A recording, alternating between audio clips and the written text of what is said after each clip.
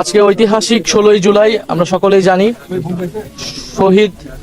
জুলাই শহীদ দিবস হিসেবে সারা দেশে এই দিনটি পালিত হচ্ছে গত বছর থেকেই। আজকের সেই দিন 2024 সালের 16ই জুলাই, যেদিন এই রংপুরের মাটিতে এই রংপুরের সন্তান বেগম রোকেয়া বিশ্ববিদ্যালয়ের অকুতোভয়ী ছাত্র আবু সাঈদ বৈষম্য বিরোধী ছাত্র আন্দোলনের একজন সমন্বয়ক হিসেবে তৎকালীন স্বৈরাচারী শেখ হাসিনা সরকারের দমন নীতির বিরুদ্ধে দাঁড়িয়েছিলেন দুহাত প্রসারিত করে, এবং যিনি বুলেট বুকে নিয়ে শাহাদাত বরণ করেছেন, এবং আমাদের যেই গণ আন্দোলন থেকে গণ অভ্যুত্থান এবং বিপ্লবের দিকে যাত্রা, তার সূত্রপাত ঘটেছিল এই 16ই জুলাই আবু সাঈদের শাহাদাত বরণের মধ্য দিয়ে। আবু সাঈদ আমাদের শহীদদের ইমাম, এই জুলাই বিপ্লবের রুহানি নেতৃত্ব। আবু সাঈদ আমাদের সকলের পূর্বসূরি। মুক্তির মন্দির ও স্বপ্নতলে যে হাজারো প্রাণ অকাতরে বলিদান হয়েছে, সেই সকল প্রাণের অগ্রসেনানী ছিলেন আবু সাঈদ।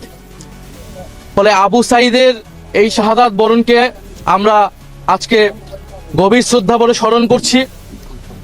আমরা তার জন্য দোয়া করেছি। আবু সাঈদের শাহাদাত বরণ এই দিবসে শুধু আবু সাঈদকে নয়, আবু সাঈদের পাশাপাশি শহীদ মুগ্ধ, শহীদ ওয়াসিম, শহীদ ফারহান ফায়াজ, শহীদ নাইমা সুলতানা, শহীদ রিয়াগব, শহীদ হৃদয় চন্দ্র তরুয়া সহ যে হাজারো শহীদ, 1400 শহীদ হয়েছেন, এবং 30,000 যারা আহত যোদ্ধা রয়েছেন, আমরা সকলকে শ্রদ্ধার সাথে স্মরণ করছি আজকের এই দিনে।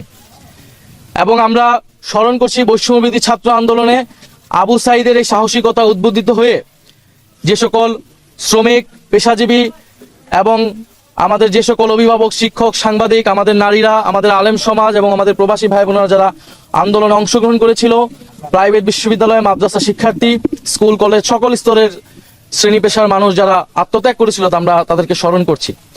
তো আজকের এই দিনে আমরা মনে করি যে শুধু স্মরণ করার মধ্য দিয়ে নয়, শ্রদ্ধা জ্ঞাপনের মধ্য দিয়ে নয়, বরং আবু সাঈদেরা যে কারণে শহীদ হয়েছিল, আমরা তাদের উত্তরসূরি। আমাদের দায়িত্ব সেই নতুন বাংলাদেশ, বৈষম্য বিরোধী বাংলাদেশ, আমাদের সেই ইনসাফের বাংলাদেশ প্রতিষ্ঠার জন্য কাজ করে যাওয়া।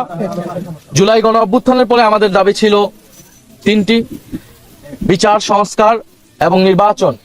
আমরা দেখেছি নির্বাচন হয়েছে, কিন্তু বিচার সংস্কারে বাংলাদেশের জনগণ পায়নি। এখন বিচারে আবু সাঈদের যে মামলার রায়, সেই মামলার রায় আমরা পেয়েছি, কিন্তু সেই মামলার রায় কিন্তু এখনো কার্যকর হয়নি, এবং সেই মামলার রায় নিয়ে আপিল করা হয়েছে।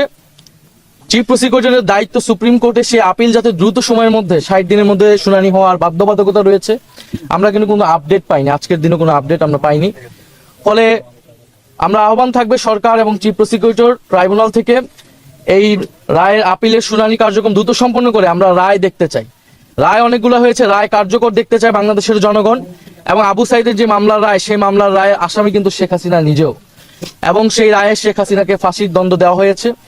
এবং আমরা আশা করব সরকার দ্রুত সময়ের মধ্যে শেখ হাসিনাকে দেশে এনে ফাঁসির রায় কার্যকর করবে, এবং অন্য সকল যে মামলার রায় আছে দ্রুত সময়ের মধ্যে সেই মামলার রায় প্রদান করে, রায় কার্যকর করে যারা জুলাই গণ অভ্যুত্থানে বিপ্লবে ভিকটিম রয়েছে, যে শহীদ পরিবাররা রয়েছে, তারা ন্যায় বিচার পাবে। দ্বিতীয়ত আসতেছে সংস্কার। আমরা মনে করি জুলাই গণ অভ্যুত্থানের এই বিপ্লবের সুফলকে সকলের কাছে পৌঁছে দিতে হলে রাষ্ট্র সংস্কারের কোনো বিকল্প নেই। ফলে গণভোট হয়েছিল আবু সাঈদদের যে আত্মত্যাগ, সেটাকেই শ্রদ্ধা জ্ঞাপন করতে, সেই সুফলটা যাতে সবাই পায়, বাংলাদেশের জনগণ পায়। তা আমরা দেখলাম গণভোটে 70% মানুষ গণভোটের পক্ষে, হ্যাঁ পক্ষে রায় দিয়েছে, কিন্তু বর্তমান সরকার সেই রায়ের সাথে বিশ্বাসঘাতকতা করেছে, প্রতারণা করেছে, এবং সেই গণভোটের রায় তারা কার্যকর করছে না। জুলাই সনদ তারা মুখে মুখে কার্যকর করবে বলছে, এটা তাদের কেবলই মৌখিক প্রতারণা। তারা 31 দফার সাথে প্রতারণা করেছে। তারা বলেছিল সংবিধান সংস্কার কমিশন করবে, সেটি তারা করেনি। ফলে আমরা আশা করব এই 16ই জুলাই শুধু জুলাই শহীদ দিবস পালন করলেই হবে না, আবু সাঈদকে মুখে মুখে স্মরণ করলেই হবে না।